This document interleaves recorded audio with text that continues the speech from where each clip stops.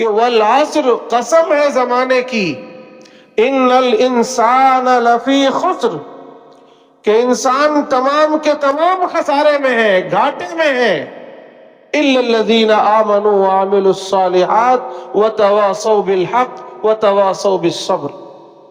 اگر ایمان نہیں ہے، عمل صالح نہیں ہے، آپس میں دعوت کا جذبہ نہیں ہے، ایک دوسرے کو ایمان کی، اعمال کی، حق کی دعوت ہم نہیں دیتے ہیں، اور صبر و استقامت نہیں ہے، تو پھر تمام کے تمام انسان خسارے میں ہے، گھاٹے میں ہے، برباد ہو گئے، ہلاک ہو گئے تمام کے تمام انسان۔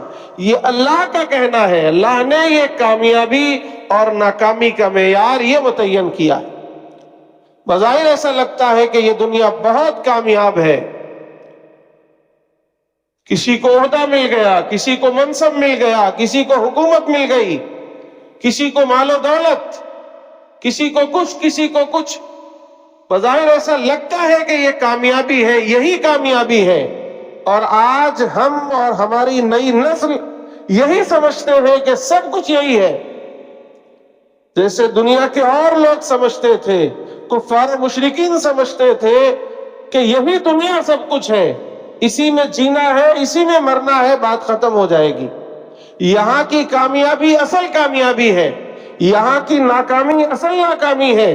وہی کہیں نہ کہیں آج ہم اور آپ اور ہمارے بچے، ہماری نئی نسل، آج مسلمانوں کا بڑا طبقہ کہیں نہ کہیں یہی سمجھنے لگا ہے کہ سب کچھ یہی دنیا ہے۔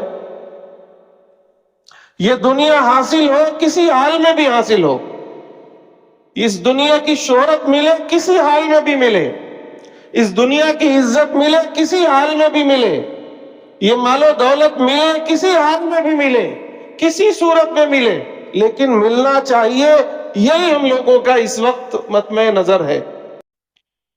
ہم اور آپ اگر غور کریں اپنے 24 گھنٹے کے کاموں کی، 24 گھنٹے جو کچھ ہم کوششیں کرتے ہیں، ہم اور آپ اگر اس کا جائزہ لیں تو ایک ہی حاصل آئے گا کہ کس طرح ہماری یہ دنیا بہتر سے بہتر بن جائے۔ صبح سے شام تک صرف اسی کی محنت ہوتی ہے۔ حضرت مولانا علی میاں رحمۃ اللہ علیہ فرمایا کرتے تھے کہ ہم صرف ایک بالشت کے لیے ساری محنت کرتے ہیں، یعنی ایک بالشت پیٹ کے لیے۔ آپ کسی چوراہے پر کھڑے ہو جائیں اور جتنے لوگ آنے جانے والے ان سے معلوم کریے بھائی کہاں جا رہے ہیں، بھائی وہ گھر کا یہ کام ہے۔ کہاں جا رہے ہیں؟ جاب پہ جا رہا ہوں۔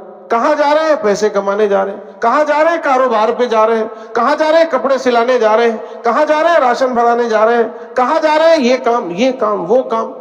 اور ان تمام کاموں میں آپ کو لگے گا کہ صرف اوروں کی بات چھوڑیے، ہم امت مسلمہ کے لوگوں کی اب حالت یہ ہو گئی ہے کہ ہر کوشش، ہر تگ و دو، ہر محنت، ہر مشقت صرف دنیا کے لیے۔